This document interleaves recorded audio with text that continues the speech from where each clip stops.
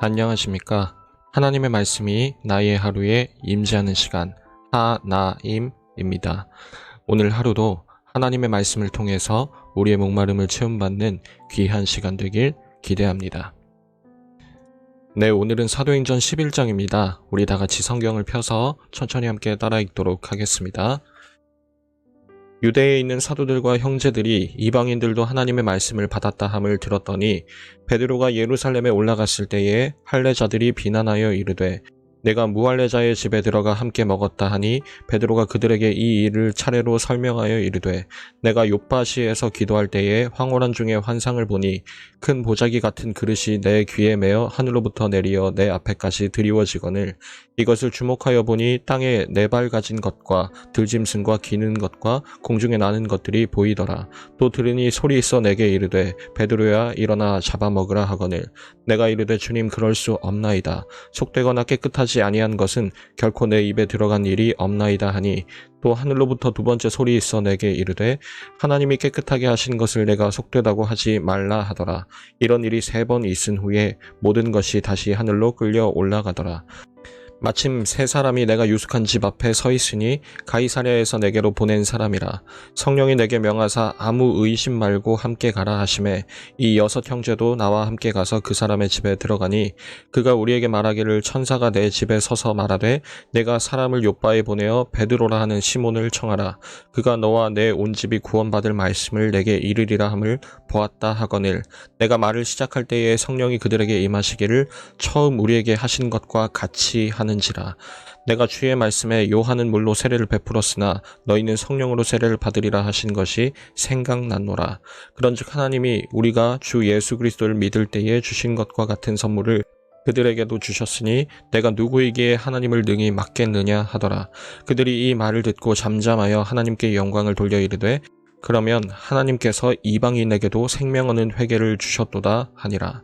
그때에 스데반의 일로 일어난 환란으로 말미암아 흩어진 자들이 베니게와 구브로와 안디옥까지 이르러 유대인에게만 말씀을 전하는데 그 중에 구브로와 구레네 몇 사람이 안디옥에 이르러 헬라인에게도 말하여 주 예수를 전파하니 주의 손이 그들과 함께 하심에 수많은 사람들이 믿고 주께 돌아오더라. 예루살렘 교회가 이 사람들의 소문을 듣고 바나바를 안디옥까지 보내니 그가 이르러 하나님의 은혜를 보고 기뻐하여 모든 사람에게 굳건한 마음으로 주와 함께 머물러 있으라 권하니 바나바는 착한 사람이요 성령과 믿음이 충만한 사람이라. 이에 큰 무리가 주께 더하여지더라. 바나바가 사울을 찾으러 다소에 가서 만남에 안디옥에 데리고 와서 둘이 교회에 1년간 모여 있어 큰 무리를 가르쳤고 제자들이 안디옥에서 비로소 그리스도인이라 일컬음을 받게 되었더라. 그때 선지자들이 예루살렘에서 안디옥에 이르니 그 중에 아가보라 하는 한 사람이 일어나 성령으로 말하되 천하에 큰 흉년이 들리라 하더니 글라우디오 때에 그렇게 되니라. 제자들이 각각 그 힘대로 유대에 사는 형제들에게 부조를 보내기로 작정하고 이를 실행하여 바나바와 사울의 손으로 장로들에게 보내니라.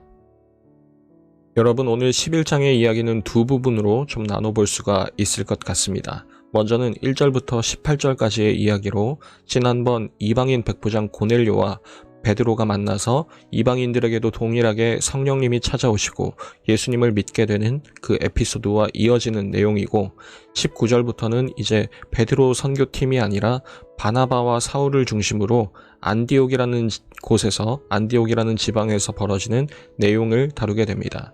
특히 우리 19절에 보면 8장 3절과 4절에서와 거의 똑같은 거의 동일한 단어들과 표현들을 사용하게 되는데 그러면서 마치 스데반 집사의 순교 이후로 교회가 흩어졌던 때를 다시금 회상시키게 하는 것 같습니다. 그래서 우리는 오늘 11장을 통해서 그간 8장부터 이어져 온 내용들을 한번 갈무리해 봐야 될 그런 필요성을 느끼게 되고 그 정리된 내용을 필두로 앞으로 다가올 11장 후반부의 내용과 거기서 더 이어지게 될 내용의 방향성을 좀 살피는 그런 오늘의 묵상 시간을 가져보면 어떨까 싶습니다. 여러분, 지난 8장부터 스데반 집사가 순교한 이래로 있었던 일들을 우리 한번 정리해 보도록 하죠. 7 집사 중에 한 명이었던 전도자 빌립이 사마리아 지방에서 복음을 전하게 되죠.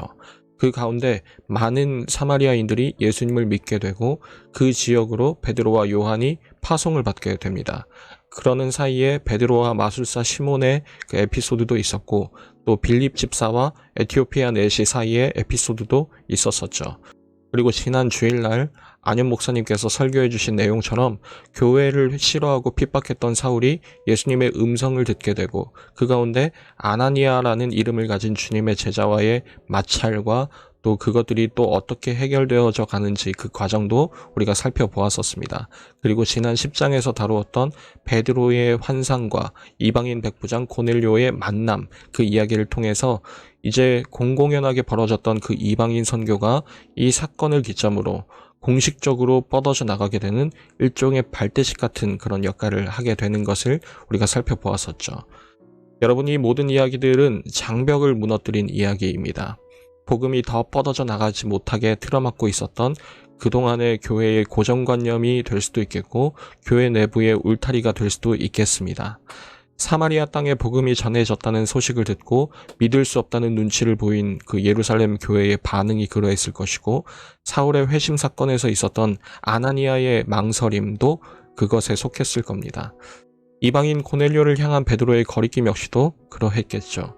그런데 그 모든 에피소드들마다 성령 충만이라는 네 글자가 기록되어 있고, 그 성령 충만함의 결과 복음의 대상이었던 이 이방인들 뿐만이 아니라 기존의 교회 역시도, 기존의 믿는 자들 역시도, 심지어 사도들까지도 주님을 점점 더 잘 알아가게 되는 그런 역사가 일어나게 된 것입니다.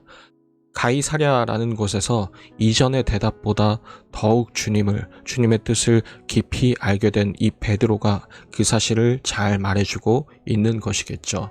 성령이 충만함으로 교회가 더욱 그 머리 되신 주님을 바로 알고 또 붙잡게 되는 것, 바로 이것이 우리 교회가 구해야 할 성령 충만의 방향성이 아닐까 그렇게 생각합니다. 그리고 이제 무대 배경이 안디옥이라는 곳으로 옮겨가게 됩니다. 8장 초반부에 있었던 그 스타트를 다시 재현하면서 말이죠. 그래서 우리는 이제부터 진행될 이야기에도 우리가 앞서 살폈던 그런 일련의 주제와 내용들이 동일하게 적용될 것을 기대하면서, 예측하면서 읽어낼 수가 있을 것입니다. 여러분, 이 당시의 안디옥이라는 곳은 헬라 문화, 그리스 로마 문화에서 세 손가락 안에 들었던 대도시였습니다. 거기는 상업 중심지였고 이방신을 섬기는 종교도 아주 크게 성행했었습니다. 수많은 민족들이 섞여 있었고, 그러다 보니까 도덕 윤리적으로나 관습적으로 아주 타락한 문화가 만연해 있었던 곳이기도 했었습니다. 그러다 보니까 오늘날처럼 우리의 말초신경을 강하게 자극하는 그런 문화들이나 성적으로 아주 타락했던 그런 세속적인 풍습들을 많이 가지고 있었던 곳이었습니다. 그런데 이제 그곳에도 복음이 전해지게 되는 거죠.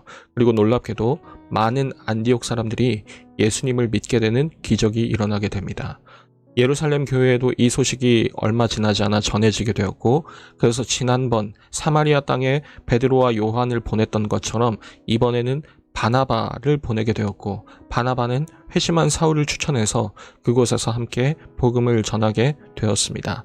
그런데 이전 사마리아 지역이나 앞선 다른 이야기에서와는 조금 상황이 달라요. 사마리아 사람들도 그렇고 에티오피아 내시도 그렇고 고넬료 역시도 어느 정도 하나님에 대해서는 익숙하게 잘 알고 있었던 사람들이었고 구약 성경에 익숙했던 사람들이었습니다. 그런데 여기 안디옥은 전혀 그런 상황이 아닌 거죠. 거의 대부분이 하나님에 대해서 아무것도 몰랐고 관심도 없었습니다. 그 유대교보다 훨씬 더 자극적이고 자신들에게 쾌감을 주는 종교와 문화가 아주 널리 퍼져 있었기 때문입니다. 여러분, 대체 이런 곳에서 어쩌면 고리타분하다고까지 말할 수 있는 이 복음이 그 사람들 귀에 어떻게 들렸겠습니까? 바로 지금 그런 곳에서 복음이 전해지게 되는 거고, 놀랍게도 그곳에서 많은 사람들이 예수님을 믿게 되는 현상이 일어나는 겁니다. 아니, 믿을 뿐만 아니라 그 믿게 된 사람들이 이제 예루살렘에 있는 교회를 위해서 오히려 자신들의 마음을 담아서 자신들의 재산으로 도움까지 주는 그런 아름다운 일들이 일어나고 있는 것입니다. 여러분, 오늘 이야기 중에서 저는 특별히 26절 부분에 좀 주목해 보았으면 좋겠습니다. 바나바와 사울을 통해서 복음이 계속해서 전파되는 중에 그곳에서 예수님을 믿는 사람들이 처음으로 그리스도인이라는 호칭으로 불리게 됩니다. 여러분, 이 호칭은 믿는 사람들끼리 서로를 가리키면서 불렀던 그런 호칭이 아니라 믿지 않는 안디옥 사람들이 그들을 가리켜서 아, 이 사람들은 그리스도인이야 라고 지칭하는 그런 호칭이었습니다. 하나님이 누군지, 메시아가 뭔지, 그리스도의 뜻이 뭔지 아무것도 모르는 이 안디옥 사람들이 듣기에 교회가 얼마나 자주 그리스도를 외치고 증거했으면 그 사람들이 받아들이기에 아, 이 사람들은 내가 잘 모르긴 몰라도 그리스도라는 그 이름을 가진 사람을 믿는구나 라고까지 그렇게 생각을 했을까요? 얼마나 쉬지 않고 교회가 예수 그리스도를 전했으면 그 교회를 가리켜서 안 믿는 사람들이 예수쟁이들이라고까지 지칭을 했었을까요?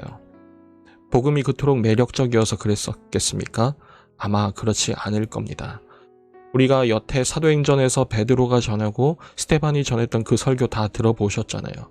더더구나 지금 이 안디옥이라는 아주 자극적이고 쾌락이 넘치는 문화 속에서 이 복음이 얼마나 그 사람들의 말초신경을 자극했을까요? 아무리 생각해 보아도 그들을 매혹시킬 만한 자극적인 말은 아니었을 겁니다. 그럼에도 교회는 복음 전하기를 그치지 않았습니다. 그리고 거기에서 그곳에서 복음은 꽃을 피워냈습니다. 이것을 직접 경험했던 바울은 후에 이렇게 고백합니다. 하나님의 지혜에 있어서는 이 세상이 자기 지혜로 하나님을 알지 못하므로 하나님께서 전도에 미련한 것으로 믿는 자들을 구원하시기를 기뻐하셨도다.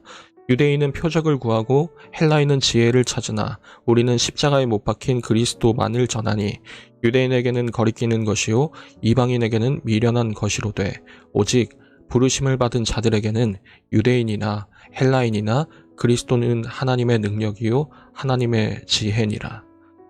사랑하는 우리 중고등부 여러분, 우리는 복음의 능력을 믿는 교회입니까? 여러분, 우리는 지금 주님의 교회로서 얼마나 그리스도를 외치고 있습니까? 바라기는 우리 중고등부가 먼저 이 그리스도로 살아내는 그런 교회가 되었으면 좋겠고, 그 증인된 삶에서 복음을, 그 진리를 우리가 자신있게 정답이라고 선언하며 살아갈 수 있는 그런 여러분들이 다 되었으면 좋겠습니다. 그렇게 주님께 사랑받는, 그렇게 주님께 쓰임받는 우리 중고등부, 우리 교회가 되기를 기도합니다. 매일 저녁 9시 하나님의 말씀이 나의 하루에 임재하는 시간, 오늘은 이것으로 마치도록 하겠습니다. 모두들 평안한 밤 되시기 바랍니다.